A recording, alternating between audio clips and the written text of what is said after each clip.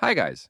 Today we will learn about how we can connect our Stripe account with GoHighLevel. This is a simple task, and you can see we are on the homepage of GoHighLevel.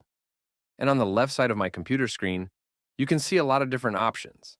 And from these options, take a look on the bottom left. You will see the icon settings. Just tap on it. After tapping on the option settings, it will expand more options. And from these options, you have to find the option stripes. And once you find it, just tap on it. And here you can see the option Connect to your Stripe account. You have to just tap on it. Once you will tap on it, you will be redirected to the official website of Stripe. And here you have the right email address of your Stripe account. And after writing your email address, tap on the option Continue. After tapping on the option Continue, it will ask to write your Stripe password. After writing the code, you have to tap on the option Continue. Then, your Stripe account will be connected with your GoHighLevel, and it was the way by which we can connect our Stripe account with GoHighLevel.